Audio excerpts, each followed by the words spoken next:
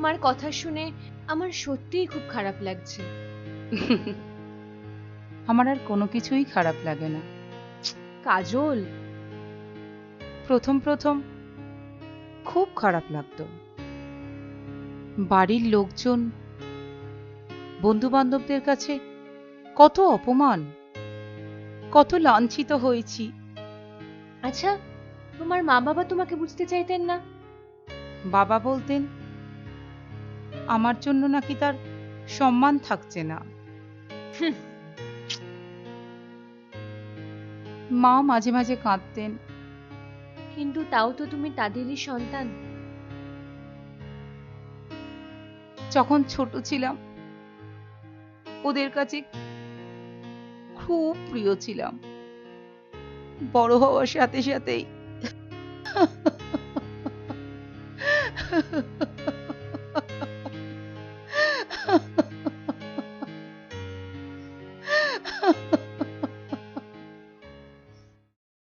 তোমার কথা পলির মুখে অনেক শুনেছি। পলি খুব ভালো মেয়ে, বলতে পারেন ও আমার বেস্ট ফ্রেন্ড। হয়েছে, যদি বেস্ট ফ্রেন্ডই মনে করতিস তাহলে অন্তত আমার সঙ্গে সব কথা শেয়ার করতিস। করি তো, আমার কোনো কথাই তো তোর অজানা নয়। তোমার সব কথা আমার জানা আছে কাজল।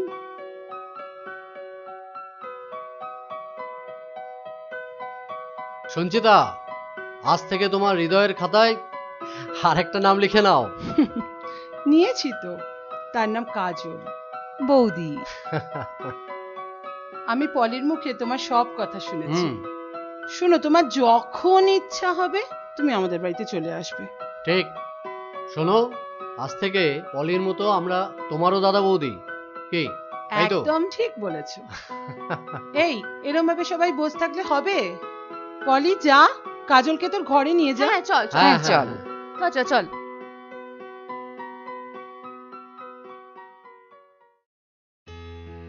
কি গো, ঘুমিয়ে পড়লে নাকি? হুম,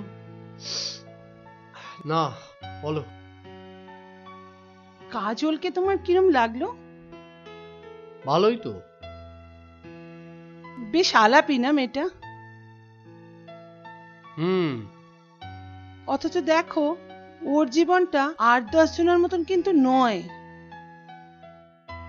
ওরা এখন আর পিছিয়ে নেই সঞ্চিতা। সরকার ওদের জন্য আলাদা আইন করেছে। ওরাও এখন অনেকটা এগিয়ে এসেছে। জানি। দেখো, সমাজের 8-10টা মানুষের মতো ওরাও ওদের অধিকার আদায়ের চেষ্টা করছে। Right, correct you are. Okay, good night.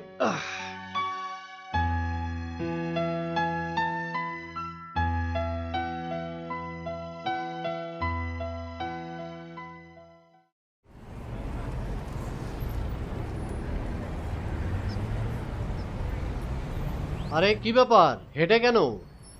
গাড়ির জন্য অনেকক্ষণ অপেক্ষা করলাম, পেলাম না তাই। হ্যাঁ, তা উঠে পড় গাড়িতে, আমরা তো ওদিকেই যাচ্ছি। না না, আমি চলে যাব। আরে আমরা তো ওদিকেই যাচ্ছি, ওঠো। শোন, বেশি ন্যাকামো না করে গাড়িতে ওঠ, ট্রেনে দেরি হয়ে যাবে। উঠে পড়। আয়, হয়েছে? চলো।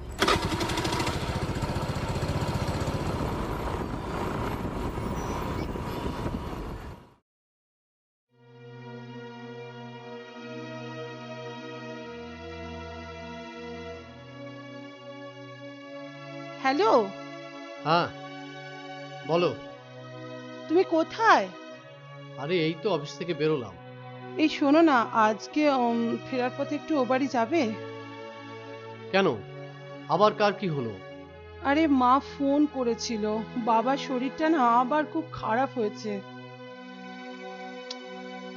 এই জন্য বলেছিলাম ভাইকে বাইরে চাকরি করতে পাঠিও না, শুনলে না আমার কথা। আরে আমি তো বলেছিলাম, না শুনলে আমি কি করব বলো? আচ্ছা আচ্ছা, ঠিক আছে ঠিক আছে, তুমি রাখো, আমি দেখছি। রাখো।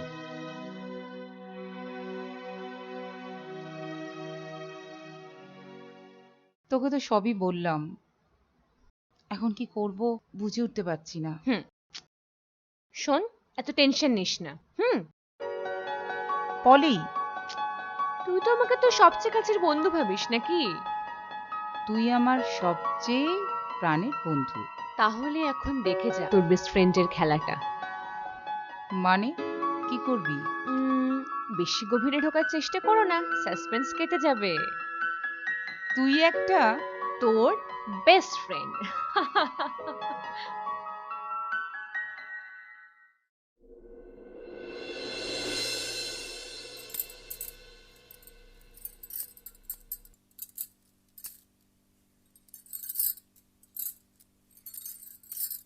উফ, মা, কি গো, শরীর খারাপ লাগছে নাকি তোমার? No, I am fine. আসলে সারাদিন এত ধকল গেল।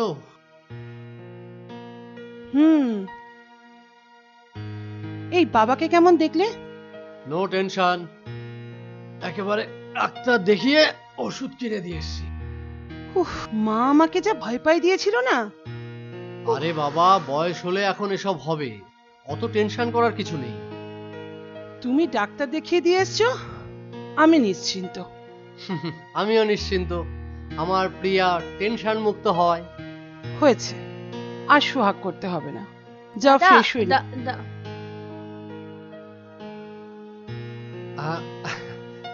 হ্যাঁ বল। না থাক, তুমি ফ্রেশ হয়ে নাও, তারপর না হয় বলবো।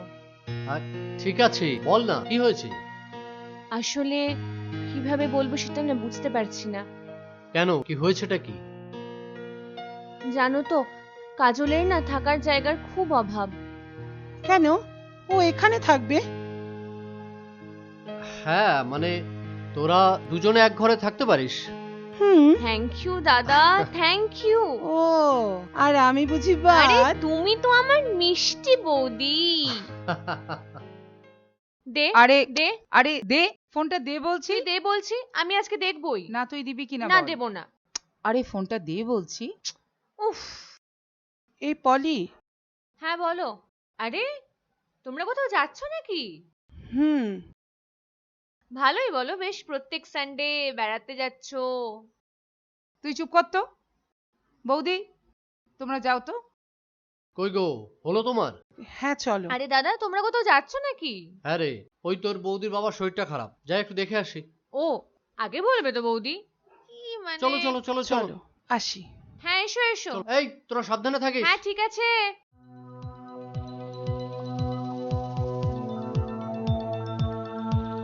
এবার আমি সব কিছু তোকে দেখাবো। কি দেখাবি? কি দেখাবো? কি করছিস?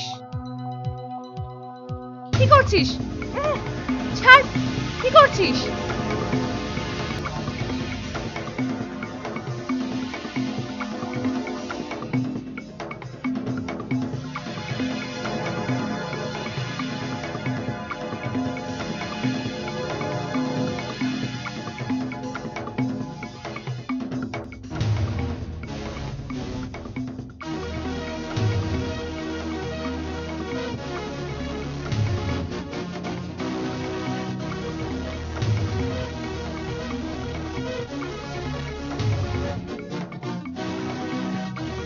এতদিনে আমার 7টা পূরণ হয়েছে।